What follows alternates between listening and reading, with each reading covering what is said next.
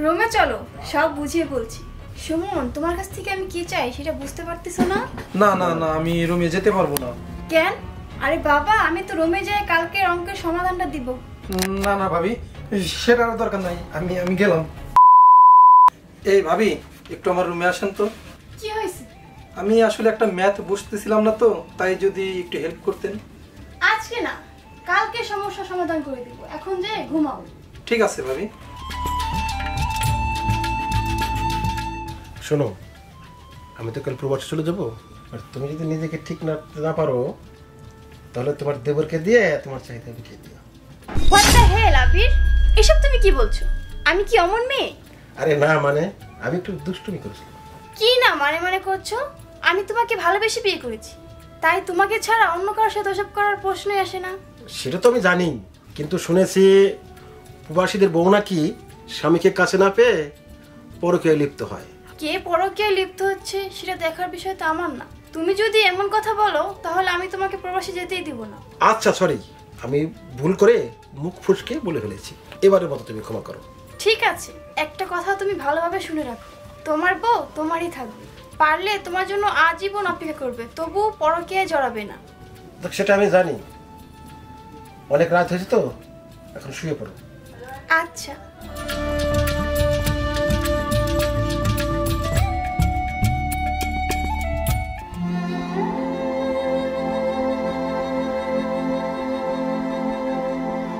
শোনো, দেখে শুনে যেও, আর পৌঁছে আমাকে ফোন দিও। আমি কিন্তু তোমার ফোনের অপেক্ষায় থাকবো। আচ্ছা বাবা, ফোন দিবা না করে। সুমন, বেরো, দেরি যাচ্ছে ভাই। জি ভাই। ও কোথায় যাবে? আমাকে একটু এগিয়ে দিতে। শোন ভাই, আমি যতদিন প্রবাসে থাকবো, তোর বাবিকে আগলে রাখার দায়িত্ব কিন্তু তোর। যখন যা লাগবে তুই এনে দিবি ভাই। ওই সব নিয়ে তোমার টেনশন করতে হবে না, আমি আসি তো। তোমাশা ভালো থাকো। হ্যাঁ, আমি আসি, পারলে আমার জন্য দোয়া করো। হ্যাঁ, ঠিক আছে, ফিয়ানে মানিল্লাহ। আরে দেবর মশাই, এখানে আসো, বসো। জি ভাবি, বলেন। গরম লাগতেছে অনেক। হ্যাঁ বলুন, কোনো সমস্যা? সমস্যা তো তোমাকে নেই। আরে রে, যাচ্ছ কই? দাঁড়াও। আপনি এসব কি বলতেছেন ভাবি? রুমে চলো, সব বুঝিয়ে বলছি। না না না, আমি রুমে যেতে পারবো না। কেন? আরে বাবা, আমি তো রুমে যাই কালকের অঙ্কের সমাধানটা দিব। না না ভাবি, সেটার দরকার নাই, আমি আমি গেলাম। আরে রে, যাচ্ছ কই? দাঁড়াও। সুমন, তোমার কাছ থেকে আমি কি চাই সেটা বুঝতে পারতেছো না? পেরেছি। তাহলে? ভাইয়া আজকে সকালে চলে গেছে, আপনি আজকেই শুরু হয়ে গেছেন? হ্যাঁ করছি, কারণ তোমাকে আমার ভালো লাগে, আর আমি যেটা চাই সেটা পেয়েই ছাড়ি। তবে আমাকে পাবেন না ভাবি।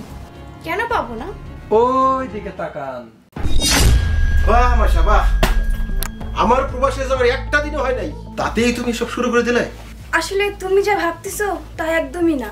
আমি যেটা ভেবেছি সেটা একদমই ঠিকই ভেবেছি। তোমাকে হাতে নাতে ধরার জন্য আমার এই প্ল্যান। তবে আমি প্রবাসে যাচ্ছি আজ না, সামনে মাসের 10 তারিখে। এই সময়টুকু নিয়েছিলাম আমি শুধু তোমাকে পরীক্ষা করার জন্য। আমি এটা শিওর হতে চেয়েছিলাম, আমি যে বউকে রেখে প্রবাসে যাচ্ছি সেই বউটা আমার কতটুকু সতী। আমি যখন আমার প্ল্যান আমার ছোট ভাইয়ের সাথে শেয়ার করি, সে তখন আমাকে আগেই বলে দেয় তুমি নাকি ওর গায়ে হাত দেওয়ার অনেক চেষ্টা করো, কিন্তু আমি তা বিশ্বাস করি নাই। তবে ওর কথা আজ তো আমার কাছে ক্লিয়ার হয়ে গেল। আবির, সরি, প্লিজ আমাকে ক্ষমা করো। আর কখনই না, তোমার মতন মেয়েকে আমি ক্ষমা করব না। তুমি জানো, এই প্রবাসীরা মাথার গাম পায়ে ফেলে বিদেশে এক বেলা না খেয়ে, এক বেলা খেয়ে ওরা অর্থ উপার্জন করে, টাকা উপার্জন করে, শুধু তোমাদেরকে একটু ভালো রাখবে। আর তোমরা সেই টাকা দিয়ে বিউটি পার্লারে যাও, তোমরা টাকা নিজের ইচ্ছা মতো টাকা ওরাও। তোমরা কি জানো প্রবাসীর কষ্ট জানো, প্রবাসীর বেদনা জানো? তোমরা জানো না, তোমাদের জন্য অনেক প্রবাসী আত্মহত্যা করে শুধু তোমাদের এক বেলা খাওয়ানোর জন্য, ভালো রাখার জন্য। বাহ, আর তোমাকে আমি ক্ষমা করবো? কোনোদিনও ক্ষমা করবো না। বেরিয়ে যাও আমার বাড়ি থেকে, তুমি বেরিয়ে যাও আমার বাড়ি থেকে।